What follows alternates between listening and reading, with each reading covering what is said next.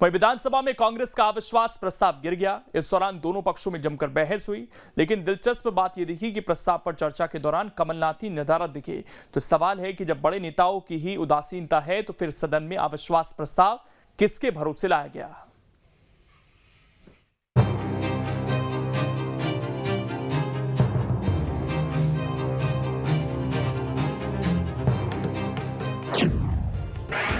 गोविंद सिंह को नहीं मिला साथ, सदन में फिर नहीं दिखे कमलनाथ। अविश्वास प्रस्ताव पर जितनी लंबी बहस इस बार हुई वो शायद ही इससे पहले हाल फिलहाल में कभी दिखी हो।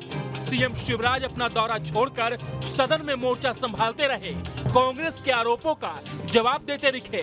सरकार क्यों गई ये बात सोचो, प्रतिपक्ष के मित्रों सोचो,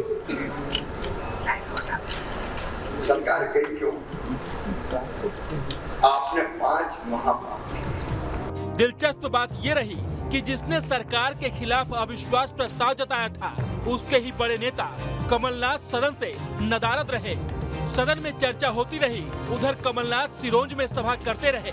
सत्ता पक्ष के लिए ये बेहतर मौका था, लिहाजा तंज कसने में भी देरी नहीं हुई।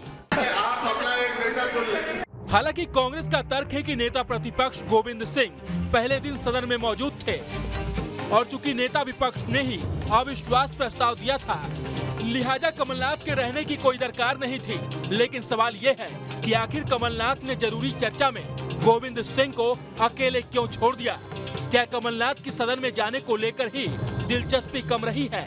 क्या कांग्रेस नेता अभी भी एकजुट नहीं है? देखिए, हम जो विधानसभा में अविश्वास प्रस्ताव लेकर आए हैं वो हमारी एकजुटता का ही प्रमाण है कि किस तरीके से हमने कांग्रेस के सभी विधायकों के साथ माननीय कमलनाथ जी की मीटिंग हुई है और उसके साथ हमारे नेता प्रतिपक्ष जी की मीटिंग हुई है। एकजुटता के साथ हम इस अविश्वास प्रस्ताव को लेकर आए हैं जिसे सरकार जवाब नहीं दे पाई। सरकार लगातार इधर उधर की बातें करती रही, परंतु प्रमाण के साथ अविश्वास प्रस्ताव पे हमारे जो भी सवाल थे उनके जवाब नहीं दे पाई है। भाजपा पूरी तरीके से इस विधानसभा में बैकफुट पर आ चुकी है, उनकी सरकार बैकफुट पर आ चुकी है। आप देखिए कि सदन में जो कांग्रेस के नेता हैं, जो पूर्व मुख्यमंत्री कमलनाथ हैं, कांग्रेस के प्रदेश अध्यक्ष हैं, वो सदन को गंभीरता से नहीं लेते। एक तरफ कांग्रेस पार्टी अविश्वास प्रस्ताव लाती है, सदन से कमलनाथ गायब रहते हैं। आज जब सदन का नेता बोल रहा है, पूरी कांग्रेस पार्टी गायब है। मुझे लगता है कि जो टैक्स पेयर का पैसा लगता है और समय लगता है सदन में, उसकी महत्ता को कांग्रेस पार्टी ने कभी समझा नहीं। इसका उदाहरण है कि पिछले 6 सदन उठा के देख लीजिए और जिस तरह से भद्द अविश्वास प्रस्ताव में कांग्रेस की पिटी है, इतनी भद्द तो कभी कांग्रेस की पिटी नहीं। वैसे ये पहला मौका नहीं था जब कमलनाथ सदन में नहीं रहे। पहले नेता विपक्ष रहते हुए भी सदन में कम ही जाते थे। वो कई बार ये कहते हुए भी देखे गए थे कि सदन में जाना समय की बर्बादी है। तो सवाल है कि एक और कमलनाथ 2023 में सत्ता की लड़ाई लड़ रहे हैं, तो दूसरी ओर सदन से दूरी क्यों? अगर कांग्रेस सत्ता में आती है तो क्या तब भी कमलनाथ सदन से ऐसी ही दूरी रखेंगे? यदि अविश्वास प्रस्ताव के समय पार्टी अध्यक्ष नहीं रहते हैं तो निश्चित तौर पर, क्योंकि वो एक विधायक हैं कमलनाथ जी, और विधायक के नाते विप है, उनका सदन में रहना आवश्यक है। सरकार ने तो तय नहीं किया कि वो अविश्वास प्रस्ताव लाए। अविश्वास प्रस्ताव तो उनकी पार्टी लाई थी और उनकी पार्टी ने जब चर्चा के लिए प्रस्ताव पेश किया तो उन्हें अपने सारे जो कार्यक्रम थे पार्टी अध्यक्ष के, या वो पार्टी अध्यक्ष सदन में रहते तो ज़्यादा इफेक्टिव होता।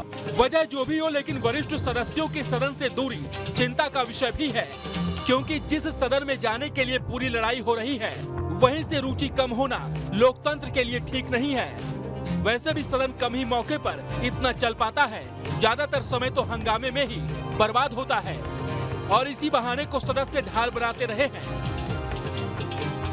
मध्य प्रदेश की विधानसभा में सरकार को घेरने के लिए कांग्रेस ने अविश्वास प्रस्ताव लाया और इस अविश्वास प्रस्ताव को लेकर काफ़ी तैयारियां की गई। इतना ही नहीं, इस बहस के दौरान कई आरोप जो थे वो सरकार के ऊपर लगाए गए, लेकिन बहस के समय कांग्रेस के वरिष्ठ नेता मध्य प्रदेश के कमलनाथ ही नदारद रहे। जाहिर सी बात है कि इस बीच में कहीं ना कहीं नेता प्रतिपक्ष गोविंद सिंह अकेले पड़ गए, जिसको लेकर कांग्रेस ने काफ़ी तैयारी की थी। अगर उस दौरान ही तमाम नेता मौजूद नहीं रहे तो उसके बाद लगातार जो कयास है वो लगाए गए, जिसके बाद ये भी कहा गया कहीं ना कहीं कांग्रेस में आज भी एकजुटता नहीं है। वीडियो जर्नलिस्ट अभय के साथ जितेंद्र शर्मा, न्यूज स्टेट, भोपाल।